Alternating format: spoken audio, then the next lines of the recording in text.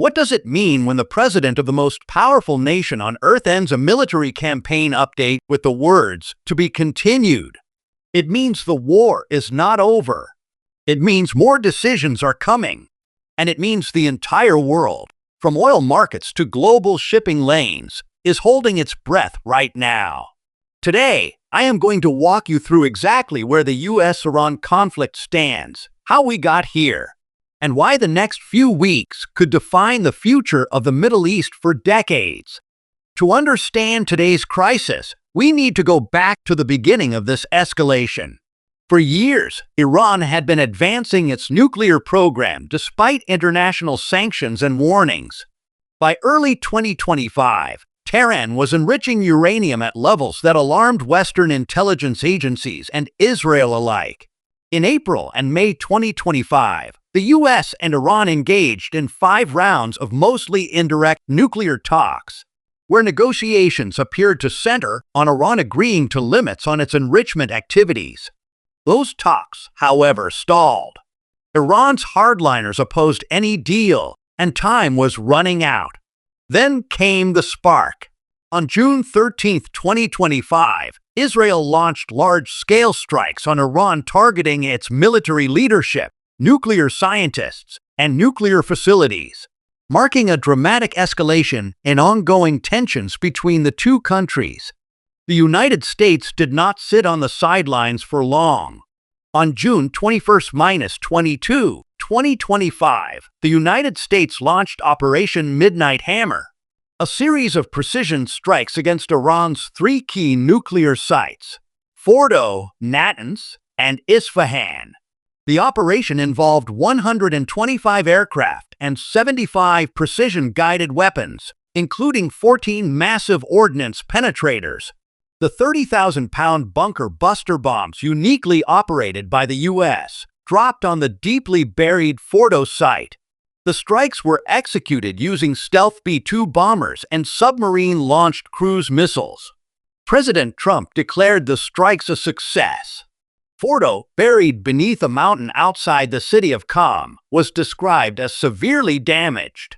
According to U.S. officials, all 3 sites sustained extremely severe damage, with the Natanz nuclear facility described as destroyed and Fordo and Isfahan suffering major damage. The Iranian nuclear program was assessed to have been set back by approximately 2 years. Though Israeli intelligence estimated the program had not been fully destroyed, Iran retaliated immediately, launching missile attacks against the Al Udeid air base in Qatar, where U.S. forces are stationed. No American casualties were reported. Shortly after, President Trump announced that Israel and Iran would end hostilities on June 24, 2025, calling it the 12-day war. The world exhaled, but only briefly. The ceasefire was fragile and short-lived. From late December 2025 through late February 2026, President Trump directed a significant buildup of U.S. military forces near Iran. The pressure was mounting again. Then came the second, far more devastating blow. On February 28, 2026, the United States and Israel launched coordinated airstrikes on Iran under Operation Epic Fury, targeting military facilities, nuclear sites, and leadership, resulting in the death of Supreme Leader Ali Khamenei. This was a seismic moment. The man who had led Iran for over 3 decades, the ideological anchor of the Islamic Republic, was gone. Iran's response was ferocious. Iran launched over 500 ballistic missiles and 2,000 drones by day 4 of the war, extending the conflict's geographic footprint to 7 countries within 48 hours: Bahrain, Jordan, Kuwait, Qatar, Saudi Arabia, the UAE, and Iraq, under what Iran called Operation True Promise IV. But the most economically devastating Iranian move was yet to come. On March 4, 2026, Iran announced that the Strait of Hormuz was closed, threatening to attack any ship attempting to pass through it. The IRGC laid sea mines, deployed swarm boats, and issued warnings to all vessels. This was no symbolic act. Roughly 27% of the world's maritime trade in crude oil and petroleum products passes through the Strait of Hormuz. Closing it was like cutting off the world's main fuel artery. The war's economic impact includes the largest supply disruption in the history of the global oil market, with disruptions rippling into natural gas, fertilizer, aviation, and financial markets. By March 19, 2026, the cost to the U.S. military alone was estimated at $18 billion, and the Pentagon requested an additional $200 billion. Despite a ceasefire brokered by Pakistan beginning on April 8, 2026, the conflict is far from resolved. Iran has refused to reopen the Strait of Hormuz, blaming ongoing Israeli strikes in Lebanon. The situation has evolved into a dual blockade, the U.S. Navy blockading Iran while Iran blockades the Persian Gulf.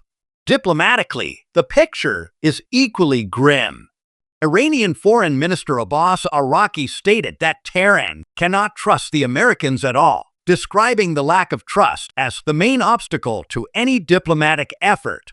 He pointed to the contradictory signals coming from Washington, sometimes two different messages in a single day, as a source of deep mistrust. And now, President Trump has posted those two words that are keeping analysts awake at night: to be continued. Trump's Truth Social post declaring the military campaign against Iran is to be continued came as his administration remains divided, with Pentagon officials pushing for more aggressive targeted strikes, while others argue for sustained diplomacy and economic pressure. Trump dismissed Iran's latest negotiating proposal, telling reporters on Air Force One, "Well, I looked at it, and if I don't like the first sentence, I just throw it away."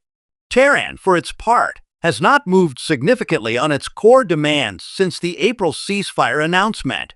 Meanwhile, on May 15, 2026, the New York Times reported that Israel and the United States are intensifying preparations for potential new attacks on Iran, with operations possibly starting as soon as the following week.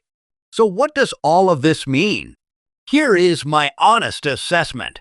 The U.S. achieved significant tactical success. Nuclear sites were damaged, Iran's top leadership was eliminated, and Iranian naval power in the Gulf was largely crippled. CENTCOM Commander Admiral Brad Cooper reported that at least 17 Iranian ships were destroyed, and that there was not a single Iranian ship underway in the Arabian Gulf, Strait of Hormuz, or Gulf of Oman as of early March. But strategy is not the same as tactics. The consensus among major think tanks including CSIS, the Council on Foreign Relations, and the Sufan Center is that the U.S. achieved tactical damage to Iran's visible military infrastructure, but could not reach underground infrastructure, eliminate the Strait of Hormuz threat, drain reconstitution capacity, or produce the political outcome it sought. Iran has a new, reportedly more hardline leadership in place following Khamenei's death. The strait remains a weapon in Tehran's hands, and the human cost across Iran, Israel, Lebanon, and the wider Gulf continues to grow. Here is the core question every one of us should be asking: can a military campaign, however powerful, produce a durable political outcome when the other side is willing to absorb enormous punishment and keep fighting? History suggests the answer is complicated. The to be continued warning from President Trump is not a movie tagline. It is a live policy signal, and the world is watching to see what chapter comes next. What do you think? Should the U.S. press harder militarily, or is there still a diplomatic path forward? Leave your thoughts in the comments because this conversation matters.